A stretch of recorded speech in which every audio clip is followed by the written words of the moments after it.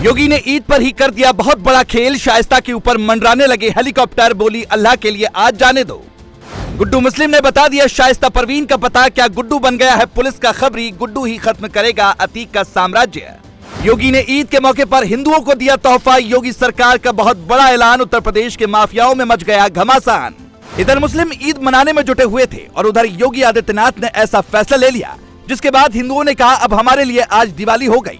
इसीलिए कहते हैं योगी आदित्यनाथ को गुस्सा नहीं दिलाना चाहिए, क्योंकि अगर उन्हें एक बार गुस्सा आ जाता है तो फिर उसके बाद अंजाम क्या होता है ये खुद योगी भी नहीं जानते हैं। अतीक अहमद पूरी जिंदगी दूसरों की जमीन हड़प कर अपना काला साम्राज्य बनाता रहा, लेकिन योगी आदित्यनाथ ने उसकी लंका को ऐसे दहन किया मानो हनुमान जी ने खुद उसमें आग लगा दी हो।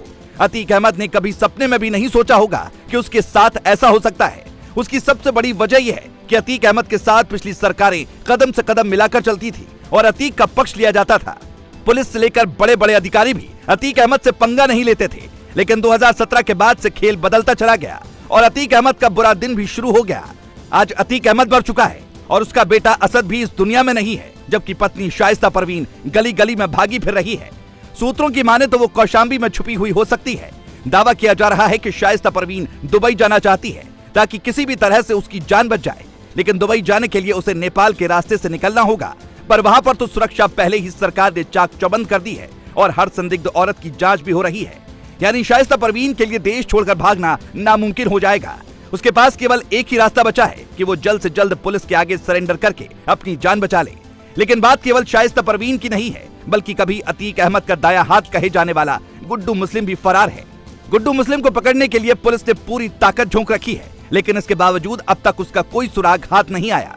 लेकिन जिस तरह से अतीक अहमद के परिवार का चुन चुन कर खात्मा हो रहा है, कुछ मीडिया रिपोर्ट में दावा किया जा रहा है कि अतीक अहमद के खात्मे की कसम गुड्डू मुस्लिम ने ही खा रखी है और वो किसी न किसी तरीके से पुलिस तक अतीक के परिवार के बारे में सूचनाएं भेज रहा है। हालांकि इस बात को उत्तर प्रदेश पुलिस ने साफ तौर पर नकार दिया है।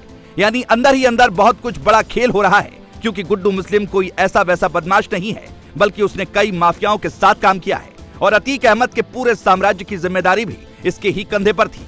लेकिन अब तो अतीक अहमद का खेल खत्म हो चुका है और उसका साम्राज्य भी करीब करीब खत्म हो गया है। ऐसे में अब उत्तर प्रदेश पुलिस यही चाहती है कि किसी भी तरह से बाकी के माफियाओं को भी दबोचा जाए और उनका काम तमाम किया जाए। लेकिन इसी बीच ईद के मौके पर योगी सरकार की तरफ से बहुत बड़ी खुशखबरी सामने आई।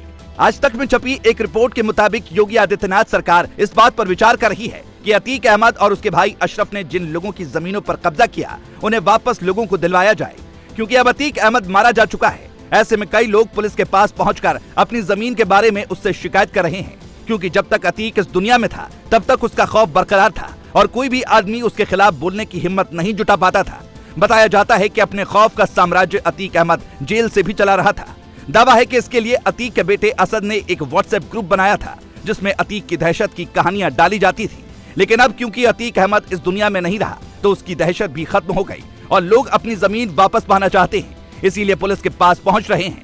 अब देखने वाली बात होगी कि योगी आदित्यनाथ कितनी जल्दी लोगों को उनकी जमीन दिलवा पाते हैं। Bureau report.